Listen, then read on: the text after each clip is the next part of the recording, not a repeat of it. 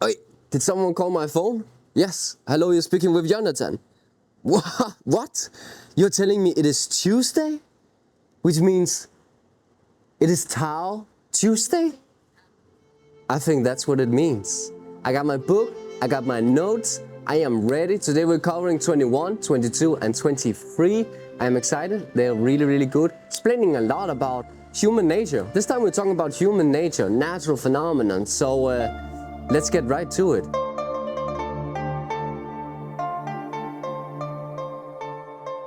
You may ask me, Jonathan, what is the greatest virtue? Well, 21st verse. The greatest virtue is to follow the Tao, and the Tao alone. The Tao is elusive and intangible. Although formless and intangible, it gives rise to form. Although vague and elusive, it gives rise to shape.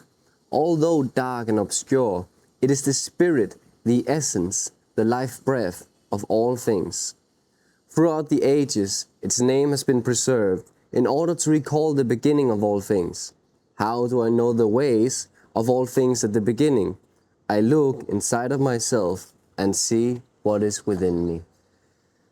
Yikes! So good. We're getting so much right here. The first thing that I come in my thought is the greatest virtue is to follow the Tao and the Tao alone. And he continuously throughout the whole Tao Te Ching talks about the way. The Tao is the way. And the greatest virtue is to follow the Tao and the Tao alone. How does one follow the Tao? Because it's not like, well, I was just about to say it's not like there's a path, but there kind of is a path. But it's a path within. He also says it here in the end. How do I know the ways of all things at the beginning? I look inside of myself and see what is within me. How do we follow the Tao? Because it's not like, well, now I was about to say it's not like there are rules, but there kind of are rules. Just like music. You know, music is a very good example for this actually. Music is like, there's no rules, but at the same time there are rules. I can take a guitar and I can just like slam the strings, but then it's not gonna sound nice, then it's not gonna be expressing myself in a creative way, you know, and then it is gonna have a message, but it's not gonna be that beautiful expression through the music.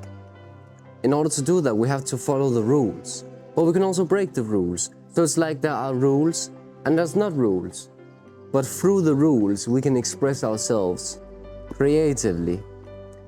It's also like in relationships, there are also rules, certain rules in a relationship, the way that you treat another human being. Like if you want a good relationship, then show respect, listen, be there for the other, and also sharing you. So if you want to build a fire, that's actually always the metaphor I go with. If you want to build a good fire and a strong fire, a fire that can outlast rain and wind, well then there are certain rules of how you build a fire. You cannot just take the woods and then just throw it. You have to make sure that it's arranged the correct way. You have to make sure the oven in the center is warm and can like heat through it. There are certain rules of how to build a fire, but they're not rules, but yet they somehow are. And it's kind of the same with following the Tao, is that, well, so there's no rules, but at the same way there kind of are rules. And I want to give a story from my own life. This was not so long ago. It's a story of Naranja, which is a cat. And Naranja did not have the name Naranja. He's a street cat. And he's always down in front of at the door, waiting for food. And it's like always sitting there. My fiance was saying like, he thinks he lives here. So I was like, you know, trying to tell the cat that, hey, you do not live here. So I was like pushing him away and saying, you do not live here, so go away.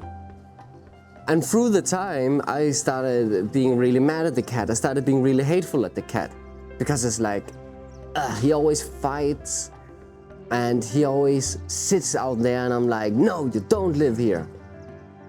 Now then the other day, he peed on my fiance and then I kicked the cat. It was my first time kicking it. Yeah, but it was not the first time peeing. Yeah, it was not the first time for the cat to pee on my fiance, but it was the first time of me kicking the cat. I kicked it 2 or 3 times, not like, you know, but like I did kick it and was hateful towards it. And the thing was, here was the thing, I was waiting for an excuse to kick it.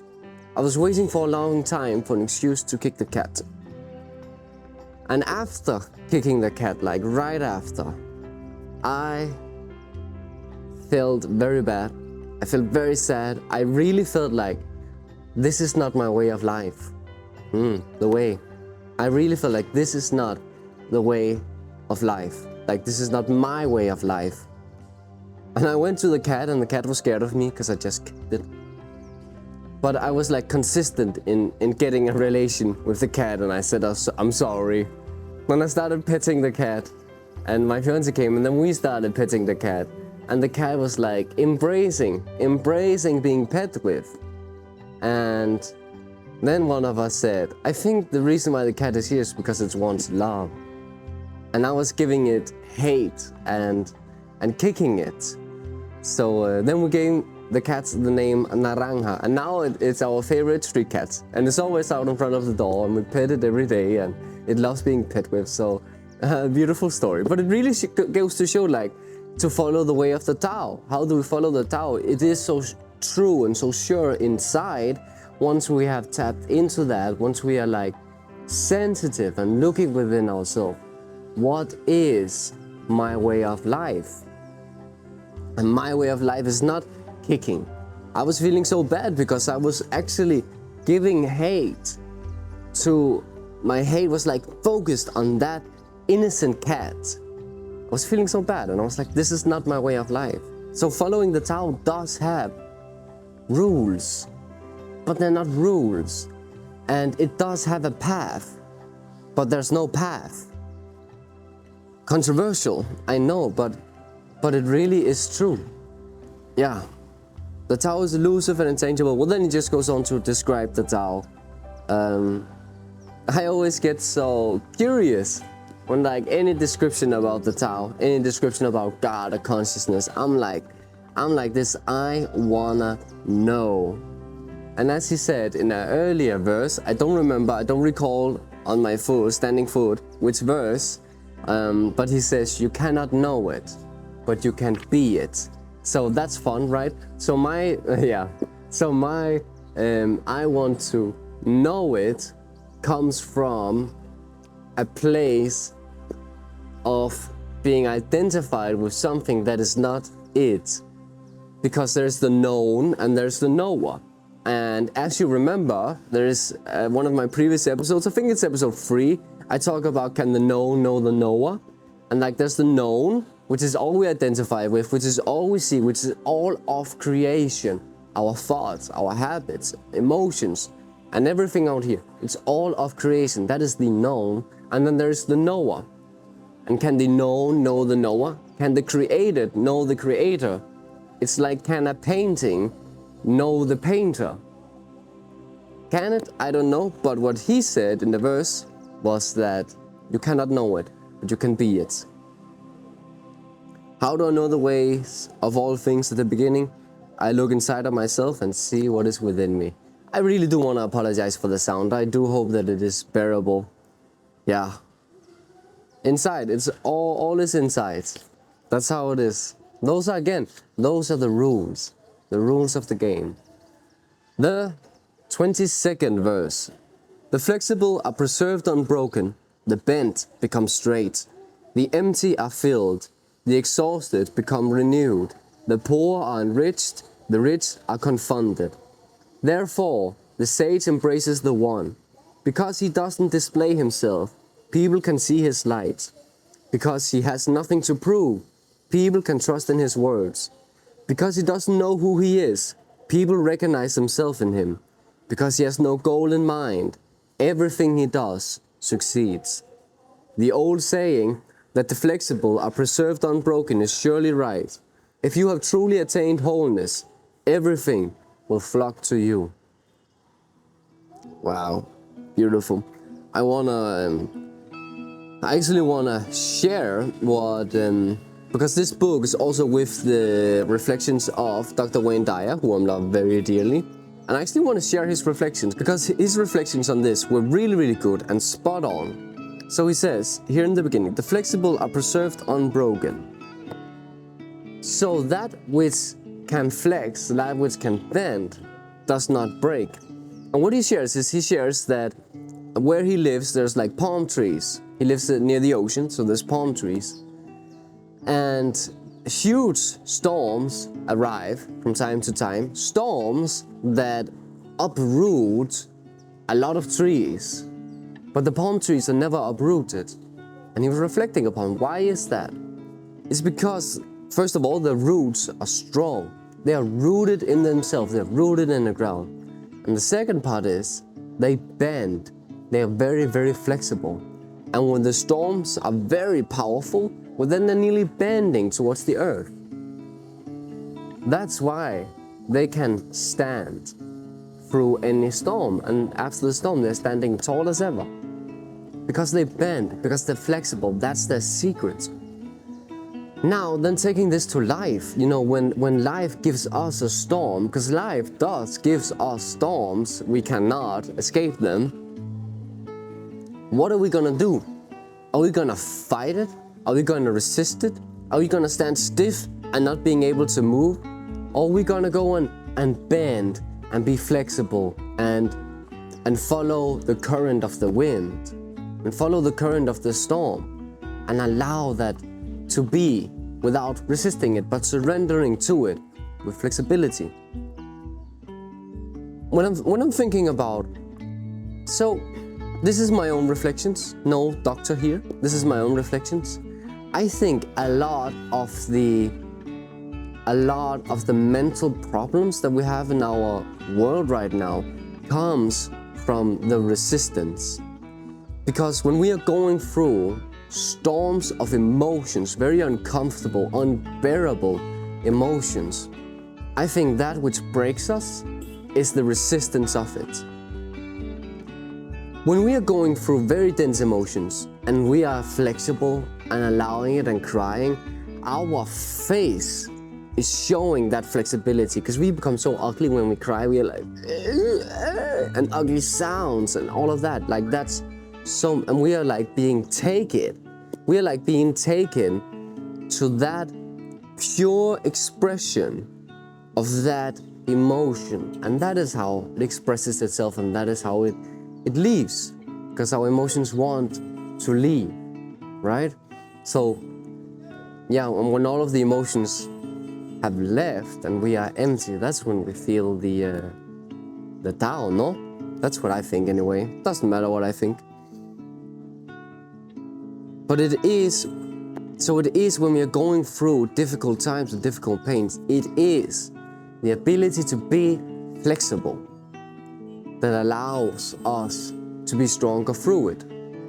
This is why going through trauma is so painful and hurtful for some people, but then there's other people who can just like me, we're just swooping right through it as fast as we can. But a lot of people are resisting those traumas, and they're not allowing them, they're resisting them hard, and sometimes it breaks them. And I think that's when we're getting a lot of the emotional, a lot of the mental disease. I think that's when we are getting depression, and all of this stuff is because we're really resisting it, and then it breaks us. Yeah. Therefore, the sage embraced the one, because he doesn't display himself. People can see his light. Because he has nothing to prove. People can trust in his words. Because he doesn't know who he is. People recognize themselves in him. Because he has no goal in mind. Everything he does succeeds. I don't think I need to comment on that at all. That is a beautiful description of the beautiful way of being here in this life.